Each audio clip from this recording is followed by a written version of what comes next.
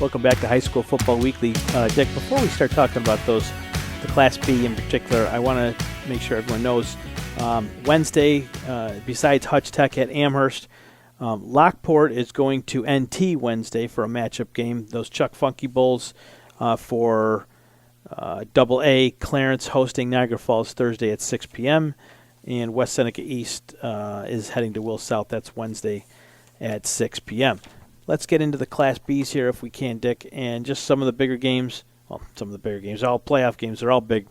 Maritime gets by Iroquois 36-14 on Friday night. Pioneer with the big 31-28 win over Cheektowaga, a game that you saw on Spectrum. Albion gets by Tonawanda 17-14, and then on Saturday, Olean comes all the way up to Newfane and takes them down 26-24. So the Huskies are alive and well in the playoffs here. And the way the Huskies got into the playoffs as far as being able to play the semifinals against Albion. Last play of the game, Gavin Culp's outstanding two-way player. He's a wide receiver. Rayleigh Silvas is a sophomore quarterback. They connect on a 79-yard touchdown to win the game and then go on to play at the next level. Outstanding accomplishment. And we mentioned his name a few times, Nick Frederick-Angelo. He's been outstanding on both sides of the ball. It'll be interesting because, they're going against Albion, and Albion won by, I think it was 46-29. It was a shootout, and I believe it was at Albion. So it'll be interesting to see how that plays out. Whoever wins, it's going to have a tough venue against Maritime or Pioneer. I watched Pioneer. Denton Tilley had a game and a half in one game. He had 4 pass knockdowns, 7 tackles, 3 or 4 sacks, recovered a couple of fumbles, forced a fumble.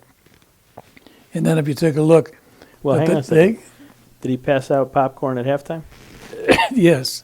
And I didn't need it, but it was, next time I'll get it. But that game also was decided on the last play of the game. And when you take a look at it, the score at the end of the third period was 14-7. Final score 31-28. People forgot about defense in the fourth quarter. And Pioneer did what they needed to do, and Trade Hill was just outstanding in the clutch. And if you take the kid who transferred from Canisius, playing tight end, bulky, strong football player, he avoided, on the last play of the game, 2 tackles to get himself into the end zone to win the game. It's Gabe Fisher.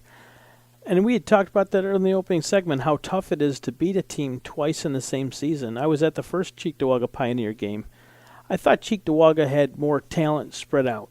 And I still believe they have a little more talent spread out. But at the same time, it's tough to beat a team twice in the same season. There was a lot of penalties in that first game. I don't know how many penalties there were on Friday, which negated big plays or first downs or what have you.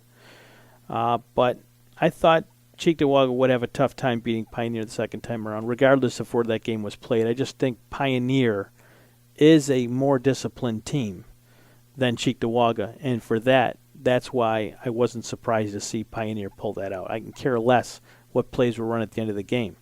Plays are sent in to the players to execute. If you can't execute, there's a good chance you're not going to win.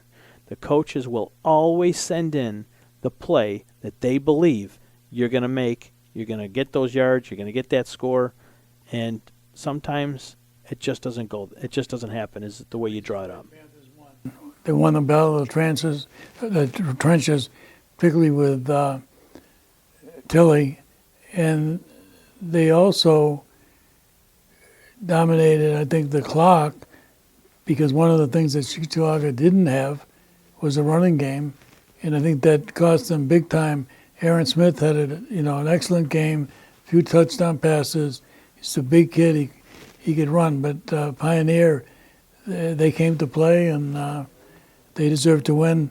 It'll be interesting to see how they do against West New York Maritime. I remember before the season started, I guess I could say it now because his season's over. But during that scrimmage Saturday, I reached out to Connor Desiderio just to ask him, hey, what was your thoughts on some of these teams? You know, I knew he was going to give me a good answer. I knew he was going to give me an honest answer, and he said, I thought Pioneer was by far the most physical team there. I believe we're better, which you would expect a quarterback to say.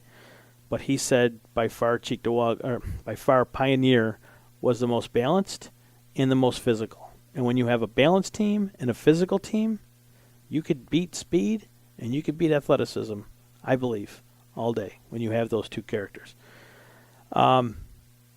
Olean Albion is going to be an interesting game. That's Friday. And then, of course, this Pioneer Western New York Maritime Health Sciences game. Health Sciences Maritime, that's going to be played at Johnny B. Wiley Friday at 7 p.m. Maybe they should send a camera crew there to that game. But you can't put Pioneer 2 weeks in a row. That's an interesting game. I don't know. I mean, Maritime has beaten everybody they've played this year except for Canisius, which they weren't expected to win anyways. But something about Pioneer that they're starting to really come on. I think they're going to bring them down, especially with how physical they are at the line of scrimmage.